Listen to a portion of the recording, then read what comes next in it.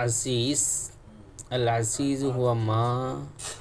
হুয়া মান ফরদা বিরওয়ায়াত ইসনান, যে হাদিসের রাবি প্রাথমিক স্তরে মাত্র দুইজন হয় তাকে আজিজ বলে। মুস্তাফিজ ওই মাশহুর হাদিসকে বলা হয় যে হাদিসের রাবির সংখ্যা প্রথম থেকে শেষ পর্যন্ত অনেক হয় কিন্তু তাওয়াতুর এর সীমা পর্যন্ত পৌঁছেনি। মুতাবি' কোনো রাবির বর্ণিত হাদিস যদি তার অন্য বর্ণনার অনুরূপ হয় তাহলে দ্বিতীয় হাদিসকে মুতাবি' আর প্রথম হাদিসকে তাবি' বলা হয়। শাহেদ একজন রাবির বর্ণিত হাদিসের লাফজান ও মা'নান ও মা'নান ফাকাদ অনুরূপ হাদিস অন্য রাবি থেকে বর্ণিত হলে তৃতীয় হাদিসকে শাহেদ বলে। মিসলুহু কখন ব্যবহৃত হয়? দুটি হাদিসের মধ্যে একটি অন্যটির শব্দগত অর্থগত উভয় দিক দিয়ে অনুরূপ হলে মিসলুহু ব্যবহৃত হয়। নাহউহু যখন অর্থগত দিক দিয়ে মাত্র একটি হাদিস অন্য হাদিসের অনুরূপ হয় তখন নাহউহু ব্যবহৃত হয়।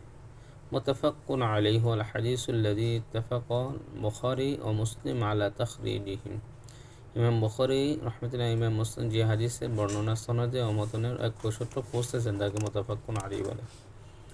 সিয়াসিত্তা বলতে কোন কিতাবকে বোঝায়? বুখারী, মুসলিম, তিরমিজি, নাসাই, আবু দাউদ, ইবনে মাজাহ।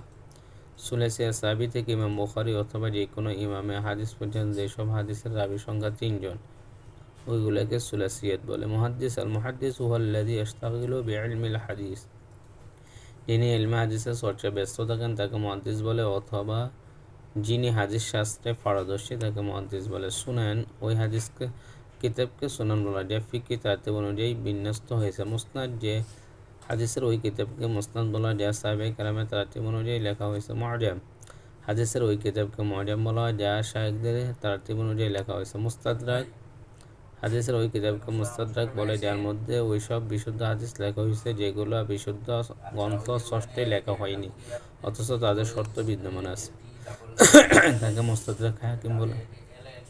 হাফিজ যে মুহাদ্দিস 1 লক্ষ হাদিস মুখস্থ জানেন। হুজ্জাত যে মুহাদ্দিস 3 লাখ হাদিস মুখস্থ জানেন। হাকিম যে মুহাদ্দিস মুহাম্মদ সাল্লাল্লাহু আলাইহি ওয়াসাল্লাম সকল হাদিস মুখস্থ জানেন তাকে হাকিম। ইতিবার হাদিসের কিতাবসমূহতে মুতাবি ও শাহিদ হাদিসসমূহ অনুসরণ করার নাম ইতিবার। মাতরুক যে রাউই আসার ব্যবহারে মিথ্যাবাদী বলে খাতে তার রওয়ায়াতকে এবং প্রচলিত বিধানের বিপরীত রওয়ায়াতকে মাতরুক বলে। সাহাবীর সংজ্ঞা প্রসঙ্গে সমর্থক ভাষা বিভিন্ন অভিমত পাওয়া যায়। আস-সাহাবী মান লাকিয়ান নবী সাল্লাল্লাহু আলাইহি ওয়াসাল্লাম মুমিনান